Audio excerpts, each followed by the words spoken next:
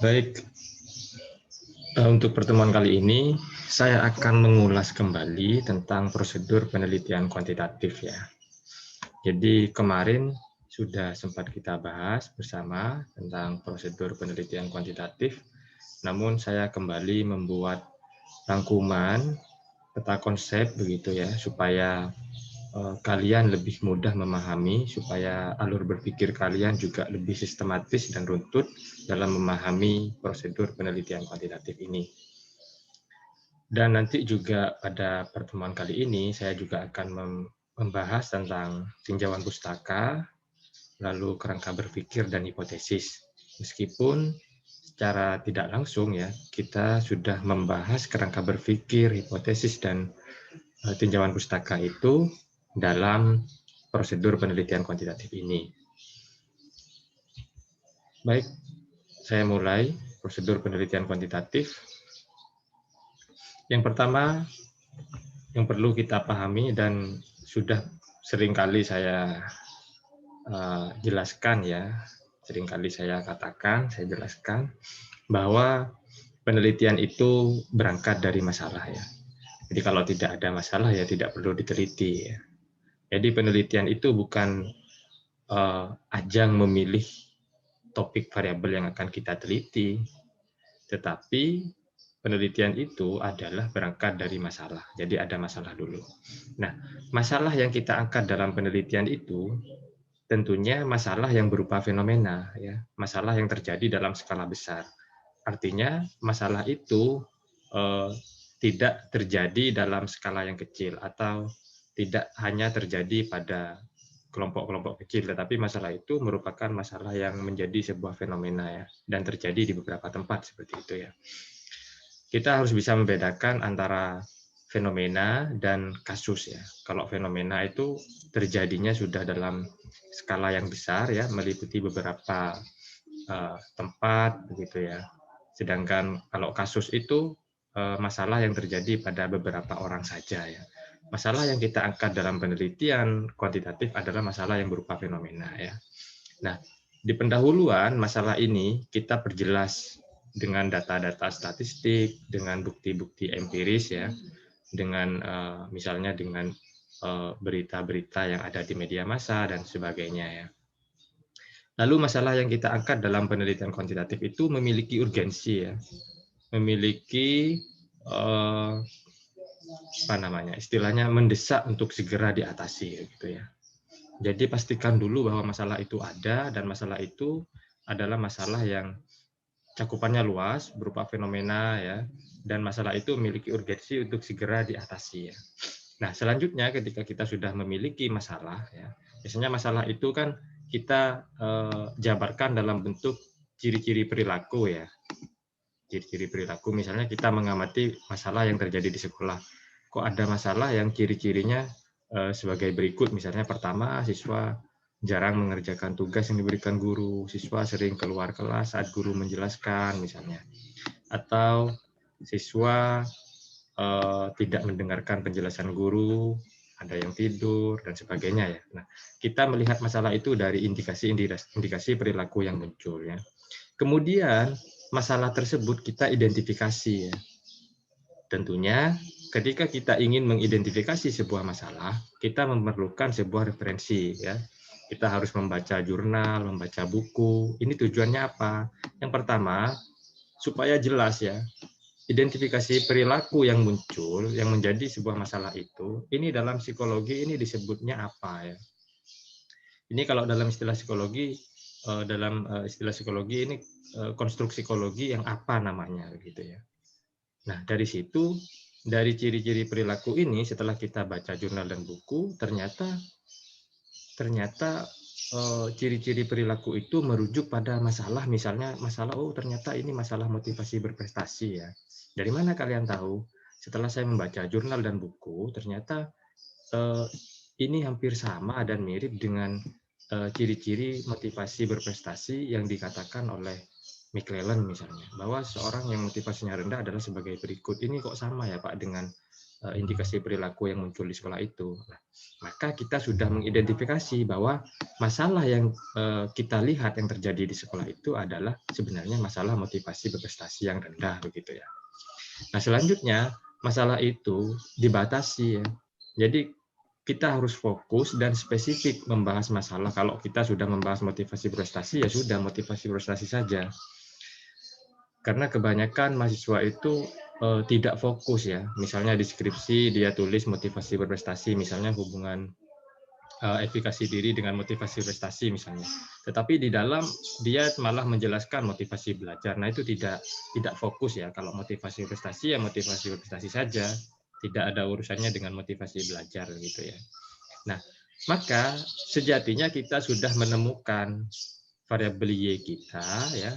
Variabel Y ini adalah variabel dependen atau variabel terikat ya. Sejatinya variabel Y ini adalah topik utama yang kita bahas dalam penelitian kita. Masalah itu merujuknya ke variabel Y ya. Jadi ketika kalian mengangkat motivasi berprestasi ini sebagai variabel Y, artinya memang ada masalah pada motivasi berprestasi siswa. Salahnya apa ya? Motivasi berprestasi siswa yang kalian temukan, yang kalian amati itu rendah. Dan ini sudah menjadi sebuah fenomena. Tidak hanya di sekolah yang kalian amati, di beberapa sekolah misalnya, ketika kalian membaca berita, ya juga terjadi seperti itu. Atau wawancara dengan beberapa guru di beberapa sekolah di wilayah lain, juga terjadinya seperti itu. Nah, ini masalah sudah menjadi sebuah fenomena. Maka kita harus paham bahwa variabel Y kita, topik utama bahasan penelitian kita itu motivasi berprestasi. Selanjutnya, kita kembali memperkaya wawasan kita dengan hunting jurnal dan membaca buku. Kita harus banyak membaca jurnal dan buku. Ini gunanya apa, Pak? Selanjutnya kita akan mencari jurnal yang membahas motivasi berprestasi. Ini posisinya sebagai variabel Y ya. Sebagaimana penelitian kita. Gunanya adalah kita akan mencari, kita harus menemukan variabel X-nya ya, variabel bebasnya atau variabel prediktornya ya, yang akan kita pasangkan dengan motivasi berprestasi ini. Kalau penelitian kita korelasi, maka kita harus menemukan variabel prediktor apa. Variabel X ini variabel bebas atau variabel prediktor ya, artinya variabel yang mempengaruhi variabel Y. Variabel X apa yang akan saya pasangkan dengan motivasi berprestasi? Kalian cari beberapa jurnal ya. Lalu misalnya kalian menemukan ini jurnal 1, kalian menemukan hubungan konsep diri dengan motivasi berprestasi. Maka kalian sudah menemukan variabel konsep diri ya sebagai variabel X. Yang kedua, dukungan sosial terhadap motivasi berprestasi. Nah, kalian sudah menemukan lagi variabel X-nya dukungan sosial. Lalu ini eksperimen ya, efektivitas pembelajaran sosioemosional terhadap motivasi prestasi. Nah, kalian sudah menemukan lagi sosioemosional ternyata berpengaruh terhadap motivasi prestasi ya. Lalu kalian menemukan lagi efikasi diri dan dukungan sosial. Lalu kalian menemukan lagi keterlibatan orang tua dan lokus kontrol ya sebagai variabel X dari motivasi prestasi ya. Selanjutnya, saya harus memilih variabel X yang mana, Pak? Pemilihan variabel X ini harus berdasarkan pertimbangan yang secara teoritis dan statistik ya. Bahwa dalam memilih variabel X itu harus pertimbangannya teoritis dan statistik. Misalnya saya memilih konsep diri Pak sebagai variabel X saya yang akan saya korelasikan dengan motivasi berprestasi ya. Kenapa? Ya karena yang saya baca dari jurnal dan buku, Lawrence mengatakan bahwa konsep diri merupakan prediktor ya atau faktor terkuat yang mempengaruhi motivasi berprestasi. Nah, itu alasan secara teoritis. Lalu ada alasan secara statistik ya. Alasan secara statistiknya apa? Ternyata setelah saya baca beberapa jurnal, Pak, saya menemukan bahwa variabel X yang memiliki koefisien korelasi paling tinggi, koefisien korelasi ini adalah besar hubungan ya, yang memiliki koefisien korelasi paling tinggi terhadap motivasi prestasi adalah konsep diri. Nah, itu adalah alasan secara statistik. Selain itu, nah, gunanya kalian membaca jurnal dan buku adalah Yang ketiga ini, menemukan kerangka teori yang pas ya, yang akan kalian gunakan dalam penelitian kalian. Jadi motivasi berprestasi misalnya ya, topik Y-nya ya, variabel Y-nya. Ini kalau kalian baca jurnal dan Ya, buku Pak Ali. akan menemukan.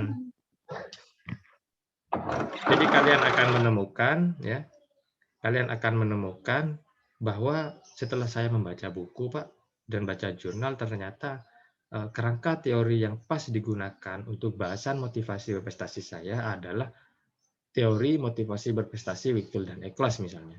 Kenapa kamu menggunakan itu? Karena teori motivasi berprestasi Wakefield dan Eklas itu yang sering digunakan kepada siswa, dan penelitian saya digunakan kepada siswa.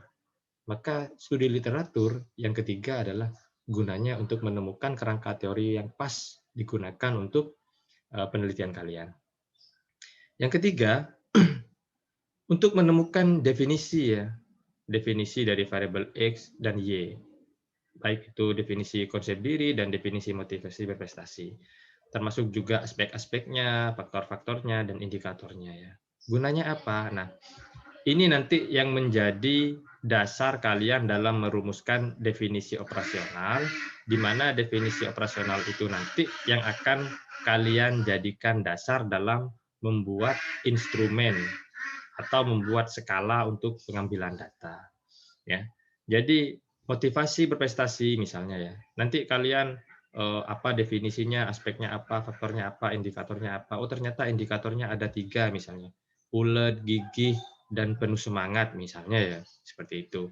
Maka dari indikator itu yang akan kalian jadikan nanti sebagai dasar kalian merumuskan atau mengembangkan instrumen dalam mengambil data. Jadi nanti dari indikator gigih, ulet, dan semangat itu nanti dibuat item-item yang menjadi skala penelitian kalian untuk mengumpulkan data, begitu ya. Jadi itu gunanya studi literatur, jurnal, dan buku. Itu banyak sekali manfaatnya, terutama jurnal-jurnal ya. Jadi sebuah karya ilmiah itu akan lebih bagus apabila didominasi oleh jurnal-jurnal, terutama jurnal-jurnal yang mempunyai akreditasi yang diakui ya. Kalau di nasional itu Sinta, kalau di dunia itu Scopus ya.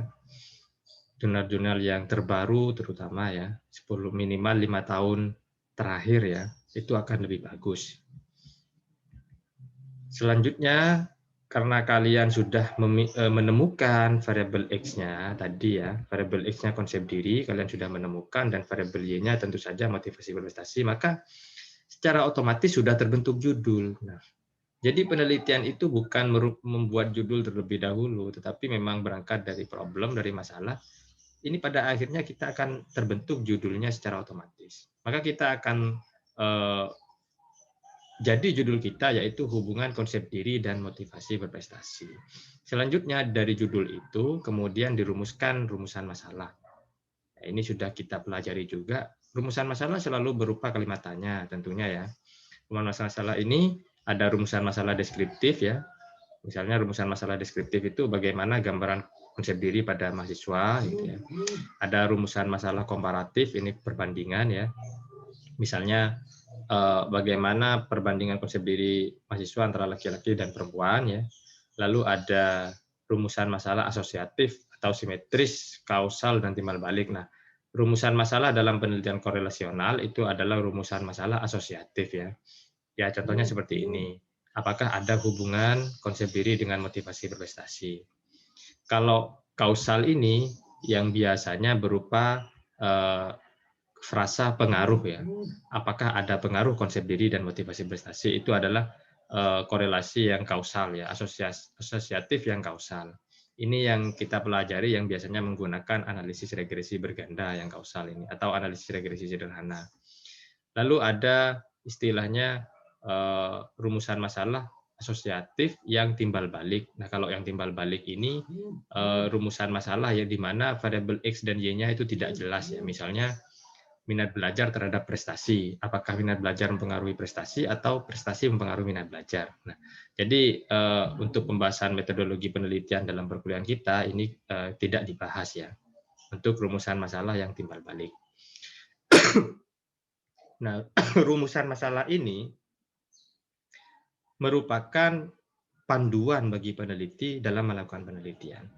Jadi penelitian itu berangkat dari pertanyaan besar ini. Apakah ada hubungan antara konsep diri dengan motivasi prestasi? Selanjutnya, untuk menjawab rumusan masalah ini, ya, kita memerlukan landasan teori atau kerangka konsep, theoretical framework dan conceptual framework. Maka rumusan masalah ini sejatinya itu dijawab dalam hipotesis, ya. Hipotesis ini berupa jawaban sementara dari rumusan masalah yang berdasarkan teori dan konsep, ya. Nah, untuk membuat hipotesis, untuk merumuskan hipotesis, terlebih dahulu peneliti harus membuat kerangka berpikir. Apa itu kerangka berpikir? Kerangka berpikir adalah pernyataan atau narasi yang menjelaskan hubungan, ya, keterkaitan variabel atau bagaimana variabel X itu berhubungan dengan variabel Y atau bagaimana variabel X itu mempengaruhi variabel Y yang didasarkan teori dan konsep. Ini biasanya berbentuk narasi atau dinamika psikologis, ya. Nah, baru dari kerangka berpikir ini yang dibangun dari teori dan hasil penelitian sebelumnya, kita rumuskan hipotesis. Contoh kerangka berpikir adalah seperti ini. Jadi kerangka berpikir itu cirinya pada setelah pembahasan, ini saya salah ya, seharusnya ini pembahasan dulu. Setelah pembahasan, setelah narasi, setelah penjelasan, ya, baru ada gambar, ya. Ada gambar, disebutnya model konseptual, ya. Nah, ini adalah contoh kerangka berpikir. Jadi kerangka berpikir itu adalah isinya penjelasan tentang bagaimana kedua hubungan itu, ya, kedua hubungan variabel itu. Misalnya seperti ini kerangka berpikirnya. Berdasarkan perspektif teori atribusi Wiener, dijelaskan bahwa ada hubungan kuat antara konsep diri dan motivasi berprestasi. Nah, ini sudah landasan teori, ya, dari teori atribusi, bahwa memang ada hubungan. Selain itu, konsep diri yang positif, ini penjelasan, menjadi prediktor kuat terhadap motivasi berprestasi siswa, sebagaimana pendapatnya Sang, ya, yang menjelaskan bahwa konsep diri terkait secara positif dengan minat dan motivasi siswa. Penjelasannya adalah, nah ini dinamika psikologis ini yang saya berikan tanda tebal ini, tulisan tebal. Siswa yang merasa yakin, ini narasinya dinamika psikologis itu bagaimana ceritanya sih kok konsep diri itu punya hubungan dengan motivasi berprestasi, seperti itu, ya. Siswa yang merasa yakin dengan kemampuan belajarnya dan merasa berharga akan menunjukkan minat dan motivasi yang besar dalam meraih prestasi, ya. Lawrence mengungkapkan bahwa siswa dengan konsep diri tinggi menyadari kekuatan dan kelemahan dirinya, ya, yang intinya pada akhirnya akan membuat motivasi pencapaiannya menjadi lebih tinggi. Dan beberapa hasil penelitian menunjukkan bahwa memang ada hubungan yang positif dan signifikan antara konsep diri dengan motivasi prestasi. Nah, ini adalah alur atau dinamika psikologis yang menjelaskan hubungan konsep diri dengan motivasi prestasi. Dengan dasar teori dan riset sebelumnya tentang hubungan konsep diri dan motivasi prestasi ini, maka selanjutnya kita dapat merumuskan sebuah hipotesis. Hipotesisnya apa? Ada hubungan konsep diri dengan motivasi prestasi. Tentunya hipotesis itu sekali lagi bukan asumsi kalian, bukan menurut kalian, tetapi itu dibangun dari teori dan penelitian sebelumnya. Lalu pertanyaannya begini, kenapa kalau sudah rumusan masalah itu terjawab, Pak, ya, dari teori, kenapa tidak berhenti saja? Kenapa masih perlu dilakukan penelitian? Nah, inilah yang dalam ilmu pengetahuan disebut sebagai kutub rasional, ya. Jadi jawaban sementara dari rumusan masalah yang dirumuskan dalam hipotesis yang berdasarkan teori itu, ini adalah rasionalisasi teori, ya. Jadi kita perlu membuktikan lagi secara empiris. Kalau ini hanya secara rasional saja, ya. Jadi kita perlu membuktikan lagi secara empiris. Bagaimana caranya? Maka penelitian itu sejatinya adalah untuk membuktikan, ya, hipotesis yang sudah kita bangun ini, ya, yang menyatakan ada hubungan konsep diri dengan motivasi prestasi. Nah, ini kan hipotesis kan, sudah menyatakan ada hubungan berdasarkan teori dan riset sebelumnya. Jadi hakikat penelitian itu adalah untuk membuktikan secara empiris apakah hipotesis yang kita bangun ini diterima atau ditolak, begitu ya. Nah, ini yang disebut sebagai pembuktian empiris. Untuk membuktikan apakah hipotesis itu diterima atau ditolak, caranya adalah tentu dengan pengujian secara statistik. Kenapa dikatakan empiris? Karena perilaku motivasi berprestasi dan perilaku konsep diri yang positif atau negatif begitu ya, itu secara empiris bisa kita kumpulkan melalui data. Artinya perilaku itu tidak berupa abstrak lagi, tetapi sudah bisa diamati dan di-scoring begitu ya. Maka untuk menjawab hipotesis ini kita memerlukan pengujian secara statistik. Untuk melakukan pengujian secara statistik, kita memerlukan pengumpulan data tentunya ya. Kita perlu pengumpulan data dulu. Pengumpulan data ini dilakukan kepada siapa? Dilakukan kepada subjek penelitian kita. Apakah dilakukan kepada semua populasi, Pak? Misalnya penelitian saya pada mahasiswa Untak, apakah kepada seluruh mahasiswa Untak? Tentu tidak. Kata Sugiono, penelitian kuantitatif memiliki kelebihan dia lebih mengefisiensi waktu ya. Karena peneliti itu memiliki keterbatasan waktu, maka penelitian dalam penelitian kuantitatif itu tidak perlu dilakukan pada populasi, tetapi cukup dilakukan kepada sampel. Sampel ini adalah perwakilan dari populasi. Jadi beberapa orang yang diambil, beberapa individu yang diambil dari populasi itu namanya sampel. Dalam mengambil sampel ya, itu ada teknik-tekniknya. Nanti kita juga pelajari dalam perkuliahan ini ya. Ada random sampling, ada stratified random sampling, ada cluster random sampling ya. Kenapa perlu teknik? Ya supaya sampel yang diambil dari populasi ini benar-benar merepresentatifkan ya, benar-benar mewakili dari populasi. Jadi tidak asal mengambil ya, jadi harus di random gitu. Nah, untuk mengumpulkan data dari sampel dari subjek penelitian kita, tentunya kita memerlukan alat ya.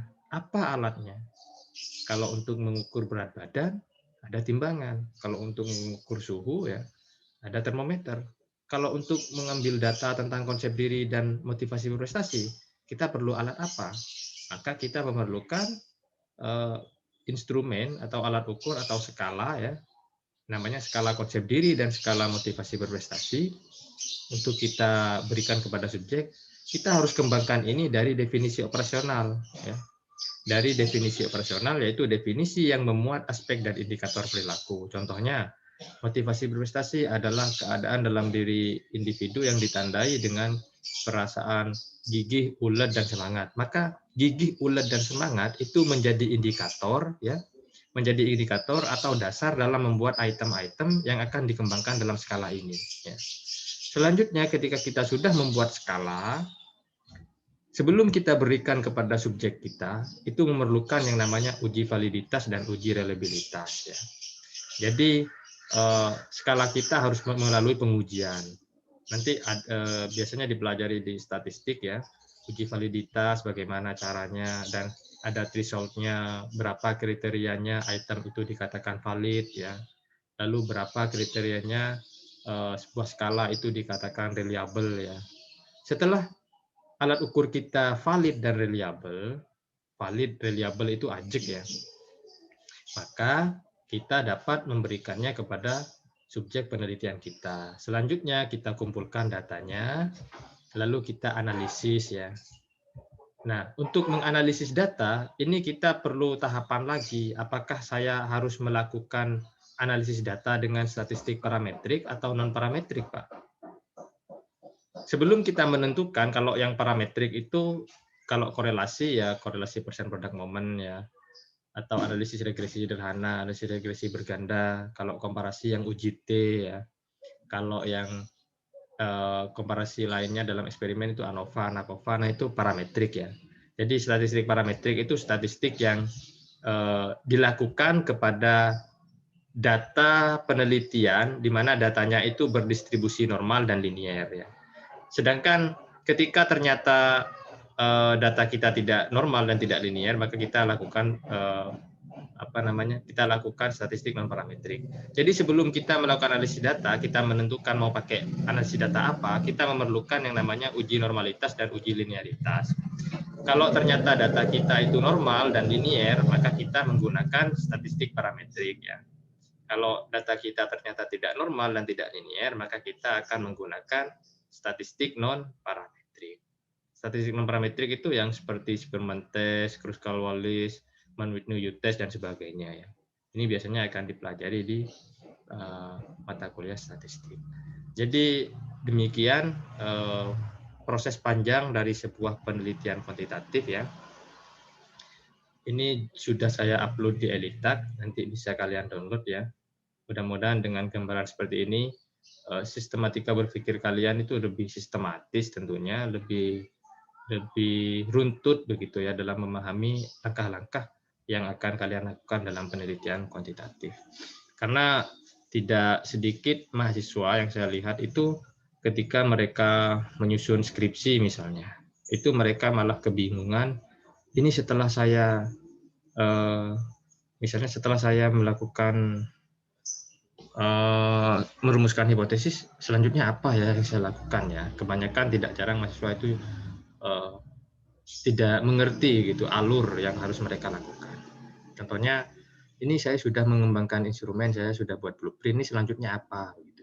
Nah, jadi tahapan-tahapan seperti ini yang harus benar-benar kalian pahami supaya nanti ketika kalian menyusun skripsi dan atau menulis karya ilmiah lain berkaitan dengan penelitian kuantitatif itu tidak mengalami kebingungan ya.